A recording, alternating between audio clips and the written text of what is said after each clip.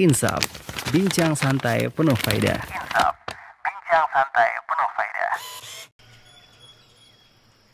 Resah ngantri di tempat acara? Atau ngerasa gak nyaman dengan protokol yang ada? Gampang. Di GE Medplus gak perlu ribet dengan urusan gituan. Karena di GE Medplus sudah menyediakan layanan pengukur suhu tubuh dengan menggunakan thermal kamera. Kelebihan thermal kamera adalah para tamu tidak perlu mengantri untuk pengukuran suhu tubuh, namun thermal kamera secara otomatis akan melihat suhu tubuh para tamu secara bersamaan dan akan bereaksi apabila ada suhu tubuh yang melebihi ambang batas normal. Inilah GE Medplus, suatu vendor yang selalu berkomitmen dalam membantu Anda mensukseskan berbagai acara di era new normal. GE Medplus, solusi acaramu di masa pandemi. Assalamualaikum warahmatullahi wabarakatuh. Apa kabar listeners? Semoga dalam kondisi sehat semua dan kita semua dalam lindungan Allah Subhanahu wa taala. Kali ini masih bersama Dodo Wahyudi di acara Insaf, bincang santai penuh faedah.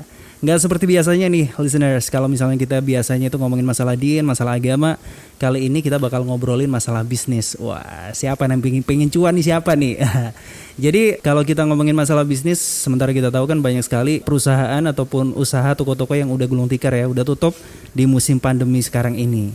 Tapi di sisi yang lain nih, ada juga yang berhasil memanfaatkan kondisi ini itu sebagai membuka bisnis ataupun sumber rezeki baru. Nah, ada juga yang seperti itu nih listeners. Kali ini kita bersama dengan narasumber kita yang sudah hadir di tengah-tengah kita. Apa kabar Mas Haris? Alhamdulillah. Masya Allah. Keluarga sehat ya di rumah ya? Alhamdulillah sehat. Nah Mas Haris ini listeners adalah founder dari GE Medplus. Yang tadi Ane bilang kalau GE Medplus itu merupakan salah satu perusahaan yang baru sekali dan ini dirintis pas waktu musim-musim pandemi sekarang ini. Sedikit cerita nih ya tentang GE Medplus, mungkin aja listener masih belum tahu nih apa sih GE Medplus itu? GE Medplus itu adalah sebuah vendor penyedia pelaksana protokol kesehatan yang bisa diaplikasikan di berbagai acara seperti pernikahan, seminar, wisuda, dan yang lainnya. Jadi bisnis ini adalah bisnis yang penyedia protokol kesehatan ya Mas ya? Betul. Jadi kalau pengen buat hajatan, pengen buat acara segala macam, pengen acaranya itu steril dan sesuai dengan protokol kesehatan, GE Med ini menyediakan. Nah, kita bakal ngobrolin soal ini nih, listeners. Mas Haris ini awal mulanya gimana nih? Kok bisa kepikiran untuk bikin satu bisnis yang orang lain nggak kepikiran di musim pandemi? Karena masing-masing udah kepikiran untuk nyelamatin bisnisnya masing-masing. Itu gimana Mas awalnya Mas? Sebenarnya bulan Maret ketika pemerintah menetapkan status kewaspadaan darurat atas virus corona and COVID itu. Maret itu di Wuhan ya? Enggak, di Wuhan sudah bulan Desember. Oh Desember. Maret ketika Indonesia ketika menetapkan status kewaspadaan darurat, kita juga terdampak. Jadi terdampak. Sebenarnya usaha saya tidak di sini. Jadi di usaha yang sebelumnya yang sangat terdampak. Karena usaha saya sebelumnya begitu dekatnya atau begitu terdampaknya dengan apa yang disebut dengan kebijakan PSBB. Jadi ketika pemerintah menetapkan ini bulan Maret saya sudah tidak ada pekerjaan. April saya masih bisa menggaji full. Mei gaji full tapi tanpa tunjangan. sudah turun. Iya. Kemudian Mei, Juni. Juni kemudian saya berpikir awal Juni ini kira-kira mau sampai kapan gitu kan. Kemudian kalau nggak salah ada kelonggaran dari pemerintah waktu itu melalui beberapa peraturan dari pemerintah daerah. Jadi ketika PSBB mulai dilonggarkan, itu ada beberapa kebijakan bahwa masyarakat sudah boleh melakukan sedikit kegiatan walaupun itu dibatasi, namun dengan protokol yang harus dipenuhi, termasuk izin kepada pihak yang berwenang dan sebagainya. Nah, ketika masyarakat itu menginginkan atau menginisiasi adanya acara, baik itu nanti acaranya bersifat komersil atau tidak, yang terfikir adalah ketika harus memenuhi prasyarat dari yang disyaratkan dari pemerintah. Jadi ketika harus memenuhi protokol kesehatan, masyarakat yang awam pasti akan bingung, apa yang harus saya siapkan atas prosedur ini gitu. Protokol kesehatan itu apaan sih gitu. Apa yang mesti saya siapkan dan apa yang cocok untuk acara saya. Dari situ sampai detik itu masih belum ada kepikiran ya. Maksudnya yang perusahaan sejenis yang udah bakal ada seperti GE Medplus itu masih belum ada ya? Saya tidak tahu melihat apakah ada perusahaan sejenis atau enggak, tapi yang pasti adalah GE Medplus dibentuk karena waktu itu memang ada kebutuhan. Jadi ketika kebutuhan masyarakat itu mulai kebingungan bagaimana harus mempersiapkan protokol kesehatan, saya pikir gimana kalau kita siapkan aja protokol kesehatannya. Yang mana nanti bisa dipakai untuk acara A, B, C, D dan sebagainya yang seperti antum sebutkan tadi. Awalnya di situ. Iya. Sampai sekarang. Masya Allah. Jadi apa namanya tadi pengurangan untuk masalah kebijakan gaji, terus udah gitu insentif segala macam yang dikurangi itu, apakah juga berdampak kepada jumlah karyawan juga? Atau dari bisnis sebelumnya itu karyawan yang dari perusahaan yang mandek itu tadi dipindah di GE Medplus sekarang ini? Perusahaan yang awal tidak ada, alhamdulillah tidak ada pengurangan jumlah karyawan, tidak ada yang dirumahkan, hanya itu tadi penyesuaian jumlah gaji. Yang itu tadi bulan Mei mulai ada pengurangan tunjangan, jadi mereka hanya mendapatkan gaji pokok. Kemudian sampai sekarang, jadi sampai sekarang tidak ada pengurangan jumlah karyawan dan dan gaji tetap full.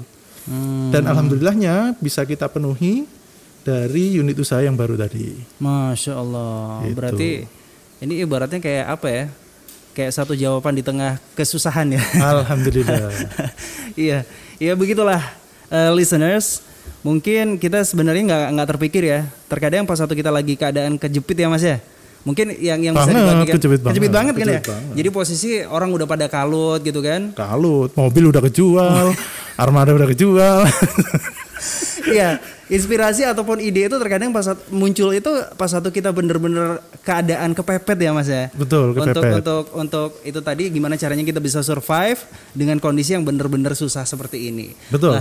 Jadi kepepet itu sebenarnya kepepetnya mulai bulan kedua setelah PSBB.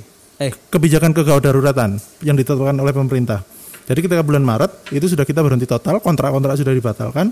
Bahkan yang paling ngenes down payment customer mulai sampai bulan Maret sampai tahun depan itu mereka menuntut untuk dikembaliin. Akhirnya kita kembaliin down payment. Jual aset gitu ya. Termasuk jual aset. Terus. Nah, terus kemudian untuk menutup operasional masih ada waktu itu. Bulan Mei masih ada. Maret masih ada. Bulan Mei habis. Juni mesti ngapain nih? Kalau enggak semakin banyak yang dijual kan. Akhirnya beberapa aset sudah dijual. Alhamdulillah ada sedikit sisa yang bisa diputar. Akhirnya itu tadi bisa jadi GE Medplus. Terus yang pas satu cara memasarkan pertama kali itu soalnya kan pas satu udah PSBB sampai dengan bulan pokoknya PSBB itu kan masyarakat kan juga bingung toh Mas ya. Jadi artinya masa iya sih bisa bikin dengan syarat yang sebegitu ketatnya yang ditetapkan oleh pemerintah kayak gitu. Nah, antum sendiri untuk memasarkan GE Medplus ini supaya dikenal sama orang sendiri itu gimana? Atau kerjasama dengan vendor-vendor yang sudah ada atau? Jadi ketika itu ada beberapa customer kita yang memang ingin menyelenggarakan acara, tapi mengalami kendala yang sama. Artinya mereka tidak tahu harus berbuat apa soal penyediaan protokol kesehatan. Dari situ kemudian kita tangkap peluang itu, karena kan kalau kita mau bikin usaha nih, misalnya kan, mesti harus ada masalahnya dan kita carikan solusinya kan. Betul. Nah, kebetulan masalahnya sudah terjadi di depan mata. Kita tinggal tawarkan aja solusinya. Oke Pak, kita siapkan protokol kesehatan untuk acara Bapak sekian-sekian termasuk sampai izinnya. Alhamdulillah lancar sampai sekarang. Masya Allah. Begitu listeners. Jadi di dalam kondisi susah seperti ini tuh sebenarnya ada hikmah ya. Dan mungkin buat listener yang sekarang ini lagi memulai satu startup nih Mas, dengan musim seperti sekarang ini, dimana kayaknya kita kalau misalnya ngelihat ke depan itu kayaknya suram gitu ya. Angka statistik dari jumlahnya itu kayaknya udah bertambah. Resesi gitu ya. Resesi tuh. Resesi apalagi diambang resesi gitu. Nah, nasihat apa nih yang bisa antum bagikan kepada listeners yang mungkin aja baru aja nih kepikiran untuk memulai satu usaha? Kuncinya adaptasi. Jadi adaptasi. Artinya kan ini kejadian yang memang kita tidak inginkan semua. Jadi artinya yang menerima ujian bukan hanya kita, orang Indonesia, kan? Sedunia ya ini Mas. Sedunia. Ya? Artinya menurut saya yang paling cepat, yang paling menang adalah siapa yang paling cepat beradaptasi. Itu aja sih kayaknya. Itu poin yang mesti digarisbawahi ini listeners. Semakin siapa yang akan menang itu adalah seseorang yang akan cepat beradaptasinya. Baik, mungkin untuk episode kali ini masalah bisnis dengan narasumber Mas Haris, mungkin cukup sampai di sini aja ya. Insya Allah kita ketemu lagi dan bakal ngobrolin masalah bisnis yang lain.